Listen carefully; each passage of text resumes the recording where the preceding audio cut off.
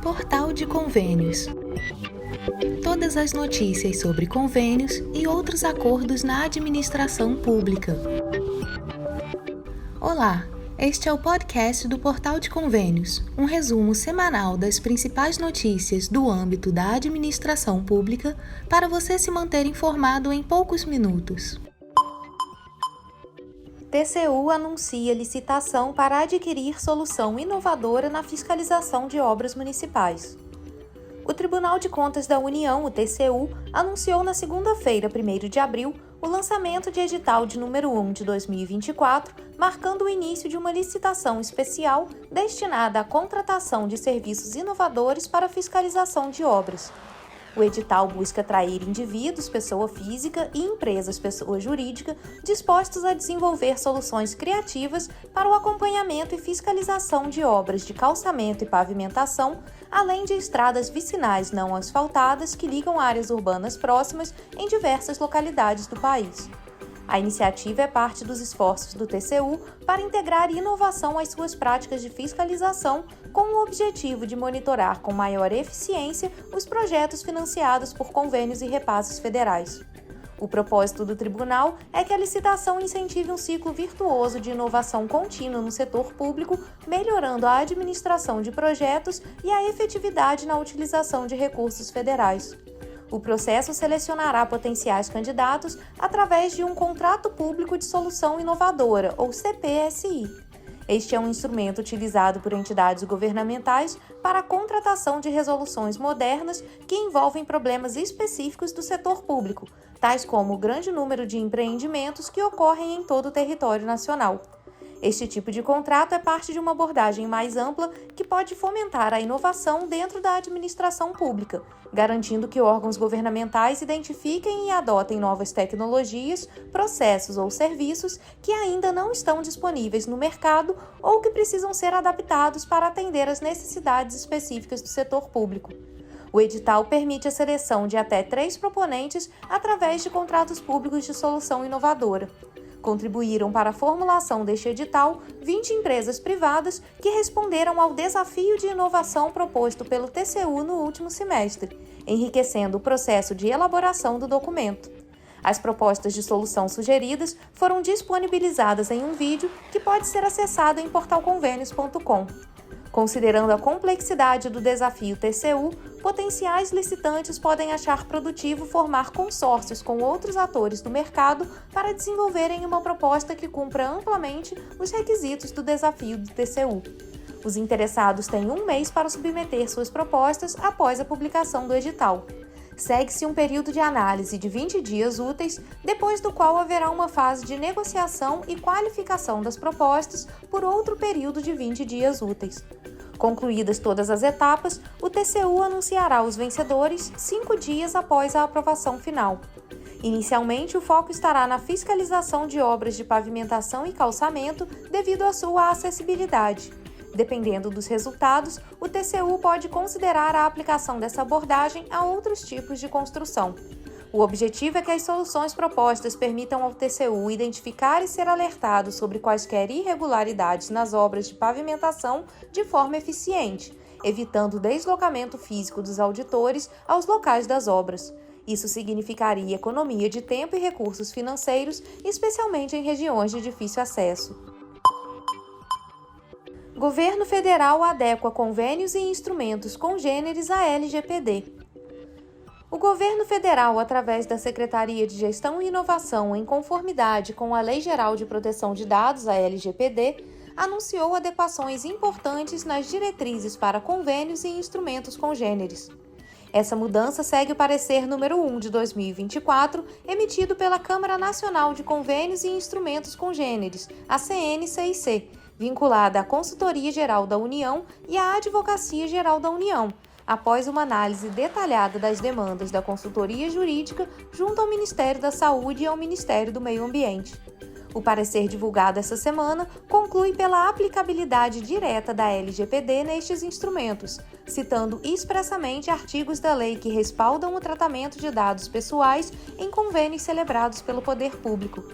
A principal mudança está na supressão obrigatória de números de documentos pessoais como RG e CPF, estado civil e endereço residencial dos representantes dos partícipes desses convênios.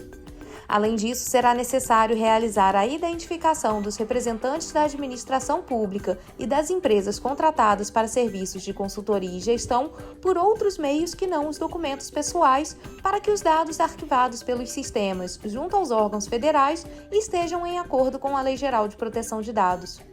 O parecer sugere também alterações em várias minutas padrão, incluindo aquelas relacionadas a convênios com ou sem execução de obras e serviços de engenharia, acordos de cooperação técnica e termos de fomento, entre outros. A intenção é incluir cláusulas específicas sobre a LGPD para garantir a proteção dos dados pessoais em conformidade com a legislação vigente. Para entender o que é a lei, as principais implicações do texto no nosso dia a dia e como as empresas e órgãos devem atuar para proteger nossos dados, o portal entrevistou Vinícius Braga, mestre em Engenharia da Computação e gerente de privacidade da empresa Every Cybersecurity. Vinícius, muito obrigado pela sua participação. Obrigado, eu que agradeço, Alan, pela entrevista, pela oportunidade de falar sobre um tema tão importante para a sociedade brasileira, que, como a gente vai falar, é algo que vai, com certeza, já está mudando a nossa realidade e, com certeza, impactará todos nós, em todos os nossos relacionamentos comerciais com todas as empresas que a gente tem. Para começarmos, como podemos explicar o que é a Lei Geral de Proteção de Dados? Então, primeiro ponto, a Lei Geral de Proteção de Dados pessoais, é muito importante a gente falar que ela regulamenta, ela veio para regulamentar o que as empresas podem e o que as empresas não podem fazer com as nossas informações pessoais. Todas as empresas, ou 99% das empresas, precisam de dados pessoais para executar as suas atividades, mesmo aquelas que tenham ou não, que não tenham clientes, não tenham pessoas externas, têm os nossos dados, os dados de seus colaboradores, né? Então, todas essas empresas precisam se preocupar. Antes da LGPD, nós não tínhamos no cenário brasileiro nenhuma lei específica que regulamentava o que era privacidade, o que deveria ser feito para garantir a privacidade e a proteção dos dados. Então, a empresa A poderia implementar algumas medidas para garantir essa proteção e achar que está ok. Mas a empresa B implementava outras medidas e entendia que aquilo era suficiente. Agora, com a LGPD, todas as empresas, públicas ou privadas, pequenas ou grandes, devem seguir os mesmos requisitos para garantir a proteção de dados e segurança daquelas informações pessoais. E como podemos explicar a importância dos nossos dados pessoais? Eu gosto sempre, quando falo sobre esse tema, de falar o seguinte: pense nas principais empresas do mundo hoje. Quais são aquelas grandes empresas? Pense nas principais empresas que vêm à sua mente quando você fala de grandes empresas mundiais. Eu tenho certeza que entre essas, se você pensar em 3, pelo menos 2 dessas vivem e precisam dos dados. Ela tem como seus principais produtos e serviços baseados em quê? Informações, em dados, e grande maioria dados pessoais. Então, os dados pessoais são muito importantes para as empresas. E por si, todas as empresas têm, lógico, a sua importância, mas para algumas empresas isso é fundamental. Então é extremamente importante que a gente entenda que eles estão ganhando dinheiro, eles estão executando suas atividades com as nossas informações. Nós somos os donos dessas informações, não eles. Na sua experiência, quais as violações mais comuns aos dados dos brasileiros hoje? A gente entrou com certeza numa era digital ao longo dos últimos anos, que todas as nossas informações que até então ficavam em ambientes meios físicos passaram a ser tratadas em ambientes digitais. Hoje a gente vê que a gente se relaciona muito mais com lojas virtuais do que lojas físicas. O governo, a administração pública, cada dia tem mais serviços na internet do que serviços presenciais prestados aos cidadãos. Então esse é um ponto muito importante que a gente vê essa modernização. E se os dados estão na internet, se os dados estão em nuvens, sistemas, isso faz com que eles sejam mais suscetíveis a grandes vazamentos. A gente vivenciou em 2020 e 2021 os maiores vazamentos da história do Brasil. Nós tivemos vazamentos de dados de praticamente toda a população brasileira envolvida em um único incidente de vazamento de dados, que está ainda sendo investigado pela Autoridade Nacional de Proteção de Dados e os demais órgãos de fiscalização. Então, esse vazamento de dados, o vazamento das nossas informações, do nosso nome, nosso CPF, nosso telefone, nosso e-mail, nosso número de cartão de crédito que a gente dá para comprar uma passagem aérea ou um produto numa loja virtual, esses com certeza são as maiores violações que a gente tem visto. No começo dessa resposta, você citou essa informatização de empresas públicas e privadas. Então, como os governos, prefeituras, por exemplo, devem se movimentar para se adequar à LGPD? Da mesma forma com que o órgão público, a prefeitura, aquele órgão o governo ou qualquer órgão da administração pública tem esse direito de tratar os dados pessoais, ele tem o dever de guardar e tratar eles dentro da esfera necessária. O que a gente vê hoje, Ana, é que muitos órgãos públicos têm acesso a informações e essas informações elas não são tão bem protegidas. E o que isso pode fazer com, não que diretamente vazamentos, mas que outras empresas, outras áreas utilizem essas informações para finalidades diferentes daquelas que foram coletadas. Os órgãos da administração pública precisam se preocupar com isso também.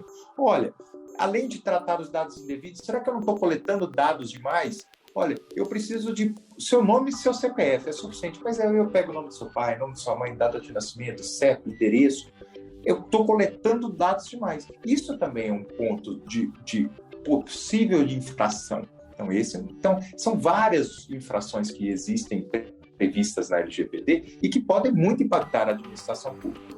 E quanto às sanções, quais são as penalidades que já começaram a valer no mês de agosto? Então, 1º de agosto de 2021, a gente tem agora a lei valendo com todas as sanções previstas. Lá são apresentadas algumas sanções. Sanções, pessoal, são o que a gente pensa, qual que é a principal sanção prevista de uma lei? Uma multa. Esse é o mais claro e objetivo tipo de sanção apresentado. Só que não é só essa, existem várias. Por exemplo, sanções administrativas. Olha, eu posso te dar uma advertência. Eu posso fazer com que você aplicar multas diárias. Eu posso fazer também o bloqueio dos dados. Isso, principalmente quando a gente fala de administração pública, isso pode ser muito impactante. Imagina você, um órgão da administração pública que não pode utilizar os dados pessoais que tem, ou qualquer empresa. Olha, eu vou te proibir de utilizar aqueles dados. Isso pode impactar qualquer empresa, não só a administração pública. Então, existem diversas informações. Existe uma outra sanção que está prevista na lei, que é a da de publicidade dos vazamentos de informações, das violações que aconteceram. Antes da LGPD, se uma loja na internet sofreu um ataque de um hacker que teve acesso a toda a sua base de clientes, todos os números de cartão de crédito, aquela empresa ela poderia ou não divulgar a informação de que foi hackeada, que foi invadida. Agora, com a LGPD, as empresas têm a obrigatoriedade de dar ciência em relação a isso. Com essa conversa e a ajuda de Vinícius Braga, conseguimos contextualizar bem a LGPD.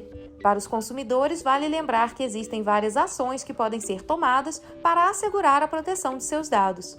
A legislação oferece aos titulares o direito de limitar o uso de seus dados pessoais, optando por não fornecê-los ou pedindo a remoção ou exclusão de informações que sejam desnecessárias, exageradas ou processadas em desacordo com a LGPD, através de um pedido formal direcionado ao controlador dos dados.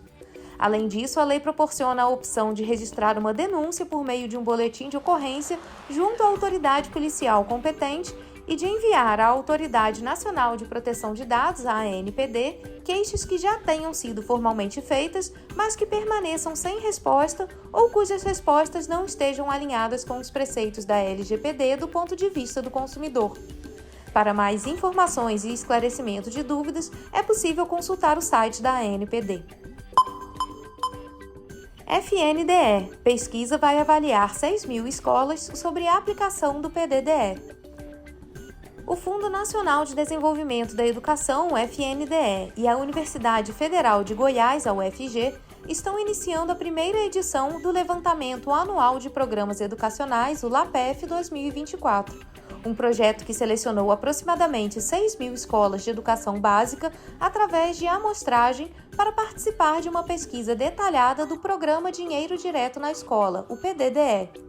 Esta pesquisa está sendo conduzida com os diretores das escolas selecionadas através de entrevistas telefônicas que ocorrerão entre março e junho. Pesquisadores do DATO-FG, um laboratório especializado da universidade em pesquisas e avaliações de políticas públicas, estão encarregados de entrar em contato com os diretores para agendar as entrevistas. A participação desses diretores é crucial para o aprimoramento do PDDE e de outros programas educacionais oferecidos pelo FNDE. O questionário da pesquisa foi meticulosamente desenvolvido em blocos e formulado para permitir respostas rápidas e eficientes.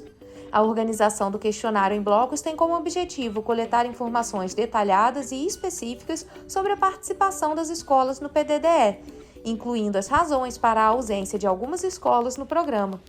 Além disso, busca-se analisar os impactos do PDDE nas escolas e no contexto em que estão inseridas, visando entender as implicações e benefícios que o programa traz para a educação básica. O levantamento anual de programas educacionais faz parte de um projeto amplo de avaliação dos programas educacionais do FNDE em parceria com a Universidade Federal de Goiás e os centros colaboradores de apoio ao monitoramento e à gestão de programas educacionais, o SECAMPES. O LAPEF 2024 será dividido em duas pesquisas, quantitativa e qualitativa. A pesquisa quantitativa pretende levantar informações em amostra probabilística nacional de escolas acerca da gestão operacional do PDDE e fatores intervenientes na execução e uso de recursos na manutenção escolar. Para isso, a pesquisa será realizada por telefone em uma amostra de escolas com representatividade urbana e rural em cada uma das 5 regiões do país. Já a pesquisa qualitativa visa levantar informações em amostra intencional de escolas em todo o país para identificar aspectos relativos ao entorno, contexto e infraestrutura escolar, considerando os diversos arquétipos escolares existentes nas regiões. Na pesquisa qualitativa, que será realizada presencialmente, será adotada a estratégia de observação e entrevistas em profundidade com diretores, gestores de unidades de execução do PDDE, professores e pais de alunos em diversos contextos escolares, rural, periférico, centro da cidade, escolas indígenas, quilombolas, ribeirinhas, de educação especial, entre outras. A primeira etapa do LAPEF foi executada em novembro de 2023, com o objetivo de estimar a viabilidade de realização da pesquisa nacional por meio eletrônico e avaliar a compreensão do questionário em aplicação presencial em escolas por todo o país. Mais de 130 mil escolas receberam o questionário eletrônico, enquanto cerca de 50 escolas distribuídas nas 5 regiões do Brasil participaram da aplicação do questionário presencialmente. Para saber mais sobre a pesquisa, acesse data.ufg.br. E para conferir a lista de municípios participantes da amostra, acesse o link disponível em portalconvênios.com. FNS, Cadastro de Propostas do novo PAC, abre na próxima semana. O Ministério da Saúde, por meio do Fundo Nacional de Saúde, o FNS, anunciou que irá abrir na próxima semana o sistema para o cadastro de propostas na próxima fase do novo Programa de Aceleração do Crescimento, o PAC. A informação foi divulgada durante uma transmissão no YouTube do Fundo Nacional de Saúde pela assessora do Núcleo de Coordenação da Atenção Primária à Saúde, Andressa Birolo Joaquim, que destacou a importância da próxima etapa do programa para dar continuidade na operacionalização das ações. De acordo com Andressa, a equipe do FNS está empenhada em habilitar esta funcionalidade de cadastro até a próxima segunda-feira, 8 de abril, permitindo que as propostas de recursos do programa, incluindo as selecionadas, habilitadas e as emendas parlamentares, sejam submetidas através do sistema InvestSUS Gestão. Desde o dia 25 de março, o sistema já vem recebendo propostas relativas aos programas que até hoje estão liberados pelo FNS. Adicionalmente, o FNS disponibilizou nesta semana uma cartilha de orientações destinada aos gestores dos recursos, com o objetivo de facilitar o processo de destinação dos fundos. O Ministério da Saúde anunciou também uma atualização importante referente ao processo de cadastro de propostas para programas no InvestSUS, que incluem entre eles a construção de unidades básicas de saúde, as UBS. A data inicialmente estipulada para o término do cadastro, 7 de abril, foi revogada. Um novo cronograma que delineará os prazos ajustados desde o recebimento das propostas até a fase final de aprovação será divulgado em breve pelo Ministério. A expectativa é que a inserção de programas relacionados a obras no sistema ocorra na segunda-feira, dia 8. O adiamento ocorreu devido à necessidade de ajuste no projeto padrão pelo Fundo Nacional de Saúde, o que provocou um atraso na disponibilização no sistema. Além disso, mudanças no endereço de execução das obras serão permitidas para os municípios selecionados no PAC até a fase final das ações preparatórias. Tais alterações só serão aceitas mediante justificativa apropriada e confirmação no cadastro. É importante diferenciar as propostas selecionadas das habilitadas no contexto do novo PAC. As selecionadas já possuem orçamento previamente garantido, enquanto as habilitadas atendem à qualificação e critérios necessários, mas ainda dependem da disponibilidade orçamentária para serem contempladas. Propostas habilitadas podem vir a receber fundos adicionais, seja por meio de novas alocações do Ministério da Saúde, reprovação de propostas selecionadas ou por emendas parlamentares. No caso das habilitadas que eventualmente recebam recursos de emendas, essas devem se enquadrar no programa de cashback lançado pelo governo federal. Para facilitar a gestão e integração dos dados, as propostas cadastradas na plataforma TransfereGov em 2023 estão sendo transferidas para o sistema InvestSUS.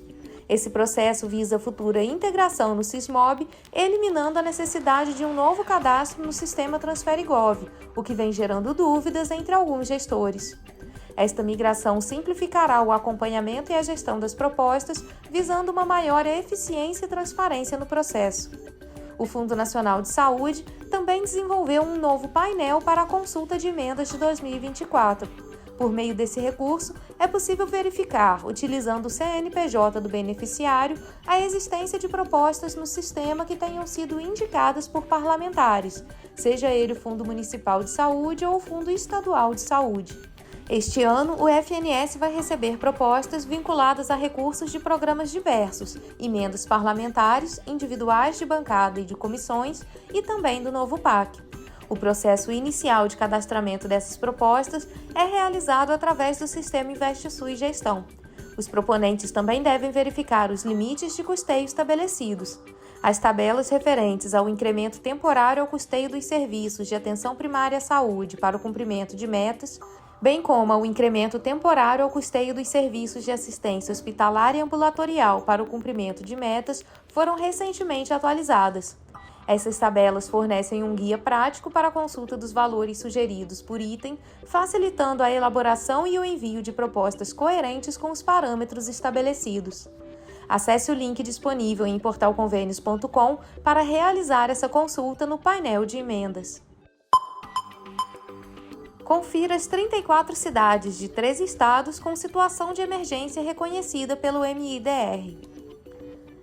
34 cidades de 13 estados brasileiros afetadas por desastres naturais tiveram a situação de emergência reconhecida pelo Ministério da Integração e do Desenvolvimento Regional, o MIDR, por meio da Defesa Civil Nacional, isso na sexta-feira, dia 5 de abril.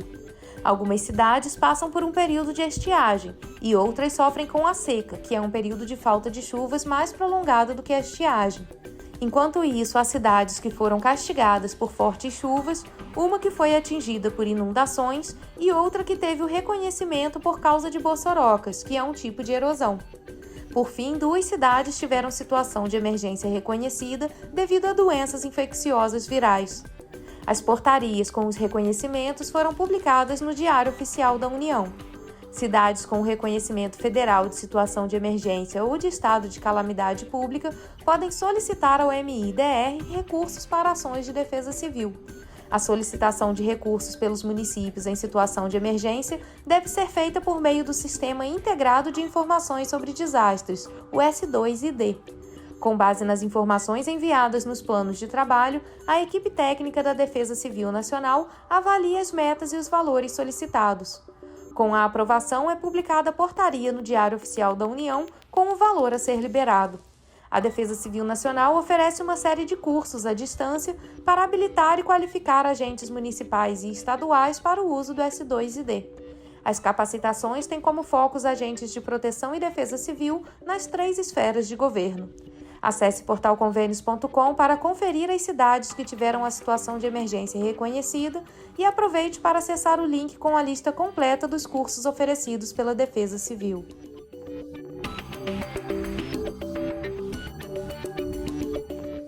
Você ouviu mais um podcast do Portal de Convênios, te atualizando sobre projetos, prazos e ações em administração pública. Continue se informando em nosso site portalconvênios.com. Até a próxima!